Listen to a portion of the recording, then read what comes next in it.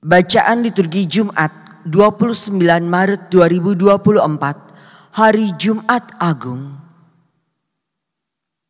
Bacaan dari kitab Yesaya. Beginilah firman Tuhan. Sesungguhnya hambaku akan berhasil. Ia akan ditinggikan, disanjung, dan dimuliakan. Seperti banyak orang tertegun melihat dia, rupanya begitu buruk, tidak seperti manusia lagi, dan tampaknya bukan seperti anak manusia lagi. Demikianlah ia akan membuat tercengang banyak bangsa, dan raja-raja akan mengatupkan mulutnya melihat dia. Sebab apa yang tidak diceritakan kepada mereka akan mereka lihat, dan yang tidak mereka dengar akan mereka pahami. Maka mereka berkata, siapakah yang percaya kepada berita yang kami dengar? Kepada siapakah tangan kekuasaan Tuhan dinyatakan? Sebagai taruk hamba Yahweh tumbuh di hadapan Tuhan, dan sebagai tunas ia muncul dari tanah kering. Ia dihina dan dihindari orang, seorang yang penuh kesengsaraan dan biasa menderita kesakitan. Ia sangat dihina sehingga orang menutup mukanya terhadap dia. Dan bagi kita pun dia tidak masuk hitungan. Ia tidak tampan, dan semarak pun tidak ada padanya, sehingga kita tidak tertarik untuk memandang dia, dan rupanya pun tidak menarik, sehingga kita tidak terangsang untuk menginginkannya. Tetapi sesungguhnya penyakit kitalah yang ditanggungnya, dan kesengsaraan kitalah yang dipikulnya. Padahal kita mengira dia kena tulah, dipukul dan ditindas Allah. Sesungguhnya dia tertikam oleh karena pemberontakan kita. Dia diremukkan oleh karena kejahatan kita. Derita yang mendatangkan keselamatan bagi kita ditimpakan kepadanya, dan oleh bilur-bilurnya kita menjadi sembuh. Kita sekalian sesat seperti domba, masing-masing mengambil jalan sendiri. Tetapi Tuhan telah menimpakan kepadanya kejahatan kita sekalian. Dia dianiaya, tetapi dia membiarkan diri ditindas dan tidak membuka mulutnya, seperti anak domba yang dibawa ke pembantaian, seperti induk domba yang keluh di depan orang-orang yang menggunting bulunya. Ia tidak membuka mulutnya. Sesudah penahanan dan penghukuman, ia terambil. Dan tentang nasibnya, siapakah yang memikirkannya? Sungguh, ia terputus dari negeri orang-orang hidup. Dan karena pemberontakan umatku, ia kena tulah. Orang menempatkan kuburnya di antara orang-orang fasik, dan waktu mati ia ada di antara penjahat-penjahat, sekalipun ia tidak berbuat kekerasan, dan tipu tidak ada dalam mulutnya. Tetapi Tuhan berkehendak meremukkan dia dengan kesakitan, dan apabila ia menyerahkan dirinya sebagai kurban silih, ia akan melihat keturunannya, umurnya akan lanjut, dan kehendak Tuhan akan terlaksana karena Dia. Sesudah kesusahan jiwanya, ia akan melihat terang dan menjadi puas. Sebab Tuhan berfirman, "Hamba-Ku itu sebagai orang yang benar akan membenarkan banyak orang oleh hikmat-Nya, dan kejahatan mereka Dia pikul. Sebab itu Aku akan membagikan kepadanya orang-orang besar sebagai rampasan, dan ia akan memperoleh orang-orang kuat sebagai jarahan. Ini semua sebagai ganti karena ia telah menyerahkan nyawanya ke dalam maut dan karena ia terhitung di antara pemberontak, sekalipun ia menanggung dosa banyak orang dan berdoa untuk pemberontak-pemberontak." Demikianlah sabda Tuhan. Syukur kepada Allah.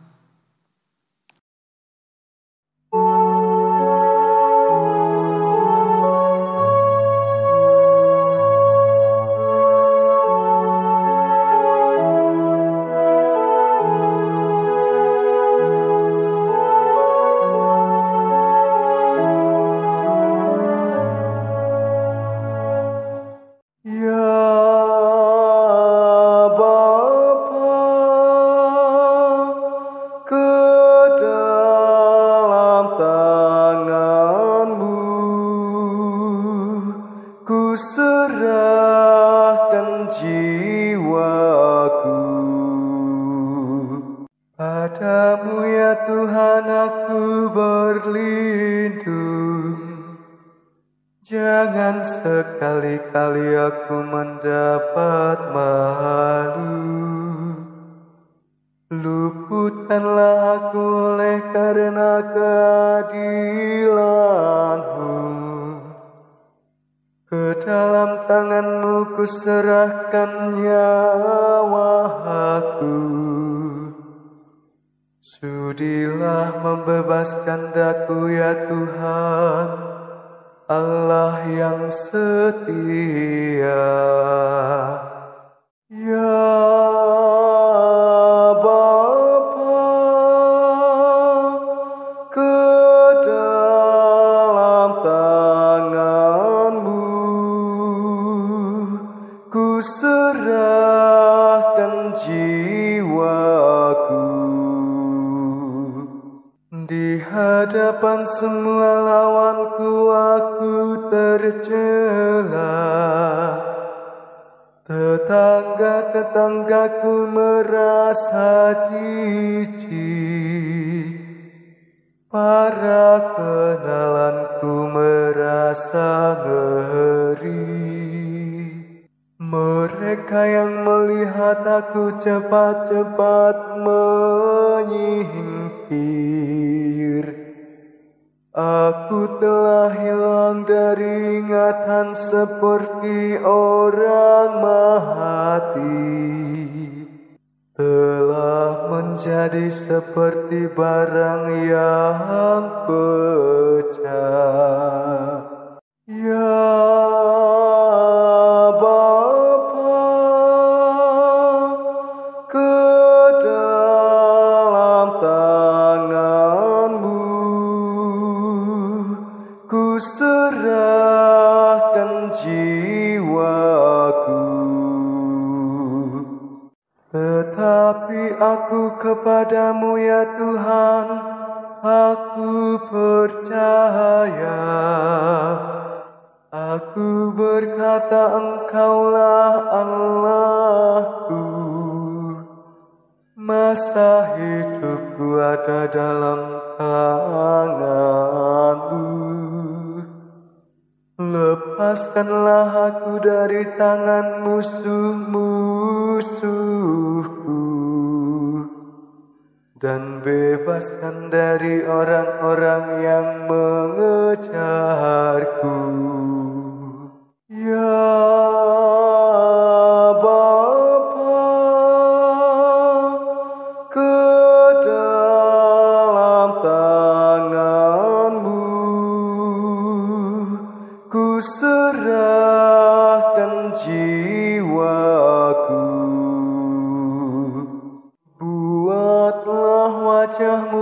cahaya atas hamba-Mu. Selamatkanlah aku oleh kasih setia-Mu. Kuatkanlah dan teguhkanlah hatiku. Hai semua orang yang berharap kepada Tuhan. Ya Bapa, ke dalam tangan-Mu ku serahkan jiwaku.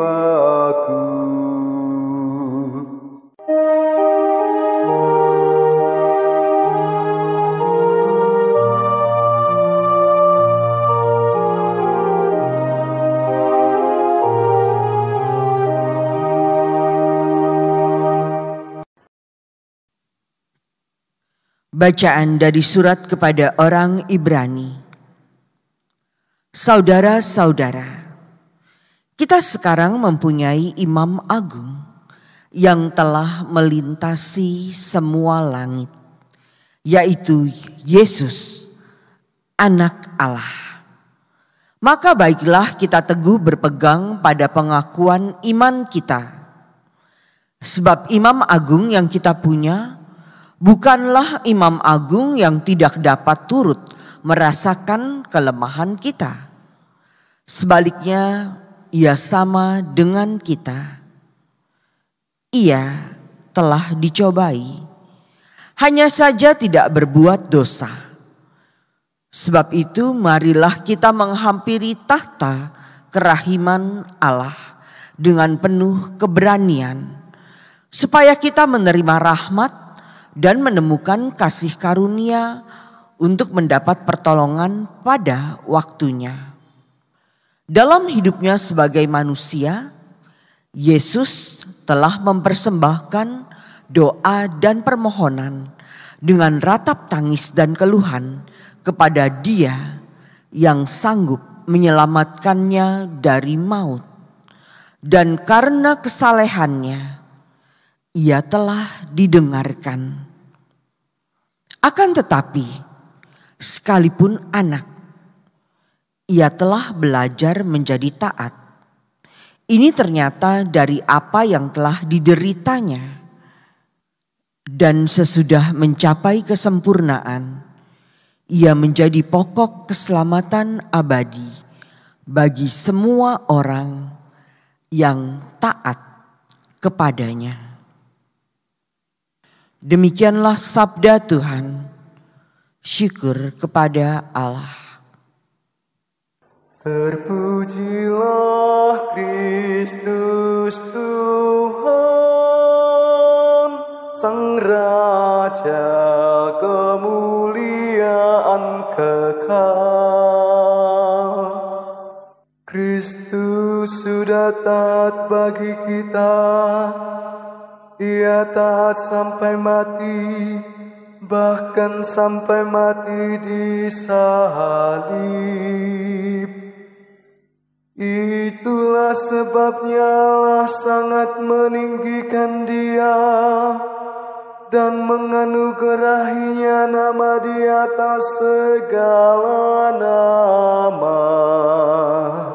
Terpujilah Kristus Tuhan, Sang Raja kemuliaan kekal. Inilah kisah sengsara Tuhan kita Yesus Kristus menurut Yohanes. Dimuliakanlah Tuhan. Seusai perjamuan Paskah, keluarlah Yesus dari ruang perjamuan bersama-sama dengan murid-muridnya. Dan mereka pergi ke seberang sungai Kidron. Di situ ada suatu taman. Yesus masuk ke taman itu bersama-sama dengan murid-muridnya. Yudas yang mengkhianati Yesus tahu juga tempat itu. karena Yesus sering berkumpul di situ dengan murid-muridnya. Maka datanglah juga Yudas ke situ bersama sepasukan prajurit dan penjaga-penjaga bait Allah yang disuruh oleh imam-imam kepala dan orang-orang Farisi. Mereka datang lengkap dengan lentera, suluh, dan senjata. Yesus tahu semua yang akan menimpa dirinya. Maka ia maju ke depan dan berkata kepada mereka, "Siapakah yang kamu cari?" Jawab mereka, "Yesus dari Nazaret." Kata Yesus kepada mereka, "Akulah dia." Yudas yang mengkhianati Yesus berdiri juga di situ bersama-sama mereka. Ketika Yesus berkata kepada mereka, "Akulah dia," mundurlah mereka dan jatuh ke tanah. Maka Yesus bertanya pula, "Siapakah yang kamu cari?" Jawab mereka, "Yesus dari Nazaret." Jawab Yesus, "Telah kukatakan kepadamu, akulah dia. Jika aku yang kamu cari, biarkanlah mereka ini pergi." Demikianlah terjadi supaya genaplah firman yang telah dikatakannya, "Dari mereka yang engkau serahkan kepadaku, tidak seorang pun yang kubiarkan hilang." Lalu Simon Petrus yang membawa pedang menghunus pedang itu dan menetakkannya kepada hamba imam agung dan memutuskan telinga kanannya. Nama hamba itu Malkus. Kata Yesus kepada Petrus, "Sarungkanlah pedangmu itu. Bukankah aku harus minum cawan yang diberikan Bapa kepadaku?" Maka para prajurit serta perwiranya dan penjaga-penjaga yang disuruh orang Yahudi itu menangkap Yesus dan membelenggu dia. Lalu mereka membawa Yesus pula kepada Hanas. Karena Hanas adalah mertua Kayafas yang pada tahun itu menjadi imam agung. Dan Kayafaslah yang telah menasihatkan kepada orang-orang Yahudi adalah lebih berguna jika satu orang mati untuk seluruh bangsa. Simon Petrus dan seorang murid lain mengikuti Yesus. Murid itu mengenal imam agung dan ia masuk ke halaman istana imam agung itu. Tetapi Petrus tinggal di luar dekat pintu. Maka murid-murid lain tadi yang mengenal imam agung kembali keluar, bercakap-cakap dengan perempuan penjaga pintu, lalu membawa Petrus masuk. Maka kata perempuan penjaga pintu kepada Petrus, "Bukankah engkau juga murid orang itu?" Jawab Petrus, "Bukan." Sementara itu, hamba-hamba dan penjaga-penjaga bait Allah telah memasang api arang, sebab hawa dingin waktu itu, dan mereka berdiam di situ. Petrus pun berdiri berdiam bersama-sama dengan mereka. Maka mulailah imam agung menanyai Yesus tentang para murid dan tentang ajarannya. Jawab Yesus kepadanya, "Aku berbicara terus terang kepada dunia. Aku selalu mengajar di rumah-rumah ibadat dan di bait Allah, tempat semua orang Yahudi berkumpul. Aku tidak pernah berbicara sembunyi-sembunyi. Mengapakah engkau menanyai aku? Tanyailah mereka yang telah mendengar apa yang kukatakan kepada mereka. Sungguh, mereka tahu apa yang telah kukatakan." Ketika Yesus berkata demikian, seorang penjaga yang berdiri di situ menampar muka Yesus sambil berkata, "Begitukah jawabmu kepada Imam Agung?" Jawab Yesus kepadanya, "Jikalau kataku itu salah, tunjukkanlah salahnya. Tetapi jikalau benar, mengapakah engkau menampar aku?" Lalu Hanas mengirim Yesus terbelenggu kepada Kayafas, Imam Agung. Simon Petrus masih berdiri berdiam. Kata orang-orang di situ kepadanya, "Bukankah engkau juga seorang murid Yesus?" Petrus menyangkalnya, katanya, "Bukan." Salah seorang hamba Imam Agung, keluarga dari hamba yang telinganya dipotong Petrus, berkata kepadanya, "Bukankah engkau kulihat di taman itu bersama-sama dengan Yesus?" Maka Petrus menyangkal lagi, dan ketika itu berkokoklah ayam. Keesokan harinya mereka membawa Yesus dari istana Kayafas ke gedung pengadilan. Ketika itu hari masih pagi.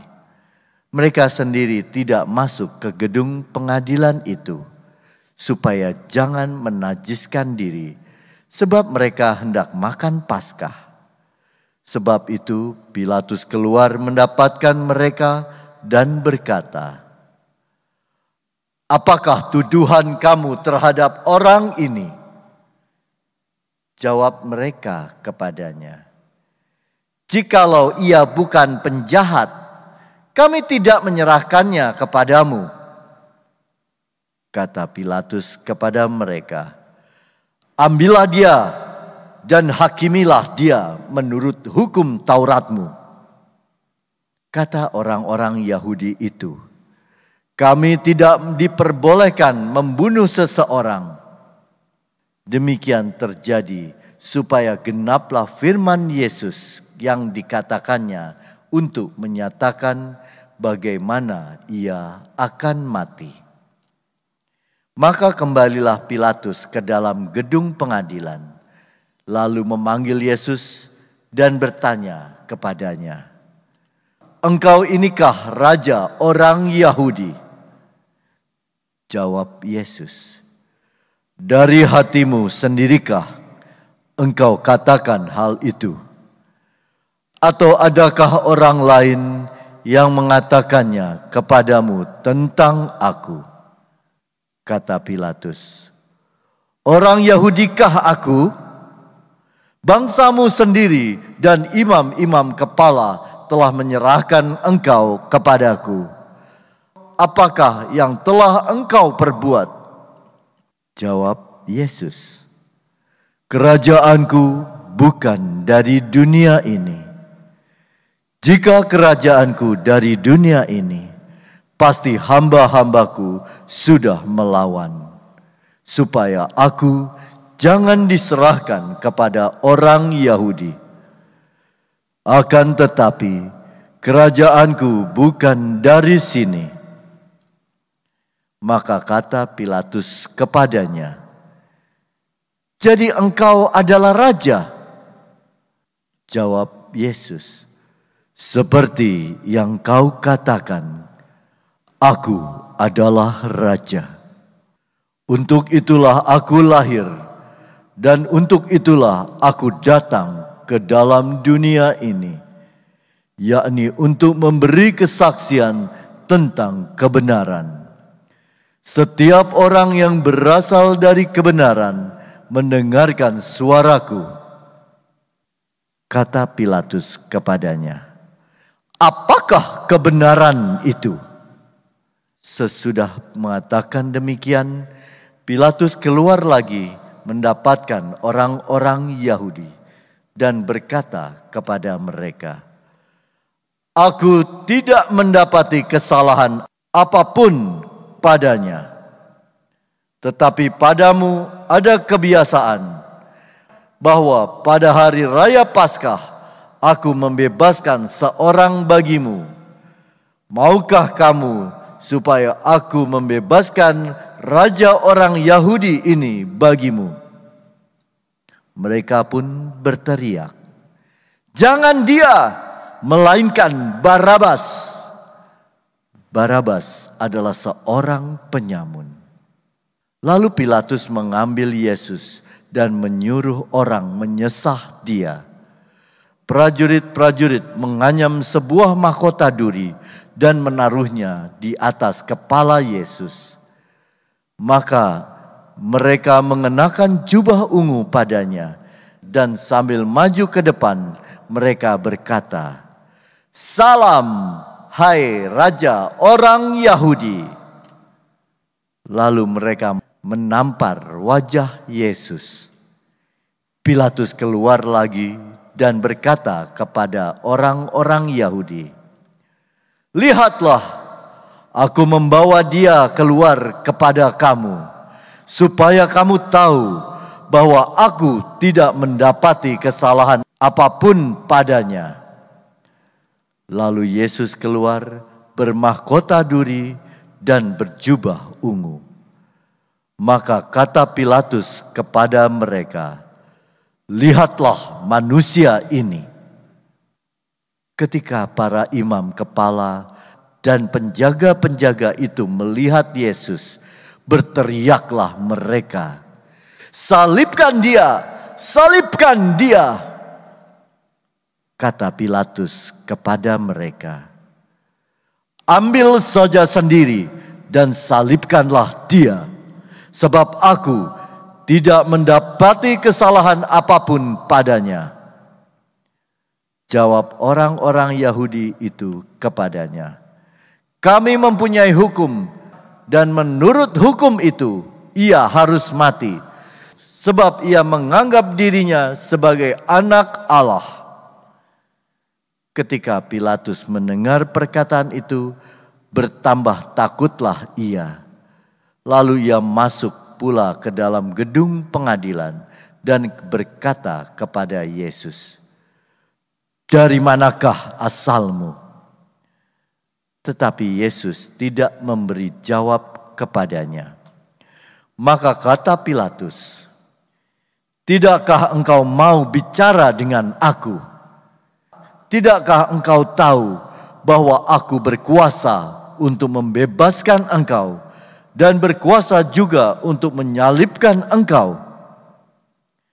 Yesus menjawab, "Engkau tidak mempunyai kuasa apapun terhadap aku, jikalau kuasa itu tidak diberikan dari atas. Sebab itu, dia yang menyerahkan aku kepadamu lebih besar dosanya." Sejak itu Pilatus berusaha untuk membebaskan Yesus, tetapi orang-orang Yahudi berteriak, "Jikalau engkau membebaskan dia, engkau bukanlah sahabat Kaisar. Setiap orang yang menganggap dirinya raja melawan Kaisar." Ketika mendengar perkataan itu, Pilatus menyuruh Yesus keluar. Lalu ia duduk di kursi pengadilan di tempat yang bernama Litostrotos, dalam bahasa Ibrani Gabata. Hari itu ialah hari persiapan Paskah, kira-kira jam 12. Kata Pilatus kepada orang-orang Yahudi itu, "Inilah rajamu." Maka berteriaklah mereka, "Enyahkan dia! Enyahkan dia! Salibkan dia!" Kata Pilatus kepada mereka, "Haruskah aku menyalibkan rajamu?" Jawab imam-imam kepala, "Kami tidak mempunyai raja selain Kaisar." Akhirnya Pilatus menyerahkan Yesus kepada mereka untuk disalibkan. Dan mereka menerima Yesus. Sambil memikul salibnya, Yesus dibawa keluar kota ke tempat yang bernama Tengkorak. Dalam bahasa Ibrani, Golgota. Di situ Yesus disalibkan. Bersama dengan dia disalibkan juga 2 orang lain sebelah menyebelah. Yesus di tengah-tengah. Pilatus menyuruh memasang juga tulisan di atas kayu salib itu. Bunyinya, Yesus orang Nazaret, Raja orang Yahudi. Banyak orang Yahudi membaca tulisan itu, sebab tempat Yesus disalibkan itu letaknya di luar kota. Dan kata-kata itu tertulis dalam bahasa Ibrani, Latin, dan bahasa Yunani. Maka kata imam-imam kepala kepada Pilatus, "Jangan engkau menulis Raja orang Yahudi, tetapi ia mengatakan, Aku adalah Raja orang Yahudi." Jawab Pilatus, "Apa yang kutulis tetap tertulis." Sesudah prajurit-prajurit itu menyalibkan Yesus, mereka mengambil pakaian Yesus lalu membaginya menjadi 4 bagian. Masing-masing prajurit 1 bagian. Jubah Yesus pun mereka ambil. Tetapi jubah itu tidak berjahit dari atas ke bawah, merupakan 1 tenunan utuh. Karena itu mereka berkata seorang kepada yang lain, "Janganlah kita membagi jubah ini menjadi beberapa potong. Tetapi baiklah kita membuang undi untuk menentukan siapa yang akan mendapatkannya." Demikianlah terjadi supaya genaplah yang ada tertulis dalam kitab suci. Mereka membagi-bagi pakaianku di antara mereka dan membuang undi atas jubahku. Hal itu telah dilakukan oleh prajurit-prajurit itu. Di dekat salib Yesus berdirilah ibu Yesus dan saudara ibunya, Maria, istri Kleopas, dan Maria Magdalena. Ketika Yesus melihat ibunya dan murid yang ia kasihi di sampingnya, berkatalah ia kepada ibunya, "Ibu, inilah anakmu." Dan kemudian katanya kepada murid itu, "Inilah ibumu." Dan sejak saat itu, murid itu menerima Maria di dalam rumahnya. Sesudah itu, karena Yesus tahu bahwa segala sesuatu telah selesai, berkatalah ia, supaya genaplah yang ada tertulis dalam kitab suci, "Aku haus." Di situ ada suatu buli-buli penuh anggur asam. Maka mereka mencucukkan bunga karang pada sebatang hisop, mencelupkannya dalam anggur asam itu, lalu mencucukkannya ke mulut Yesus. Sesudah meminum anggur asam itu, berkatalah Yesus, "Sudah selesai." Lalu Yesus menundukkan kepala dan menyerahkan nyawanya.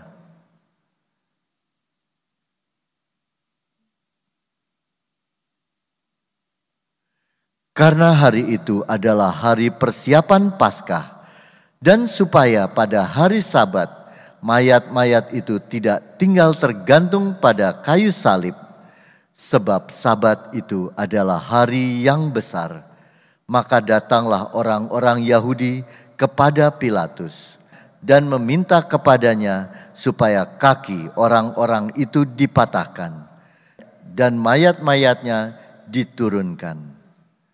Maka datanglah prajurit-prajurit lalu mematahkan kaki orang yang pertama dan kaki orang yang lain yang disalibkan bersama-sama dengan Yesus.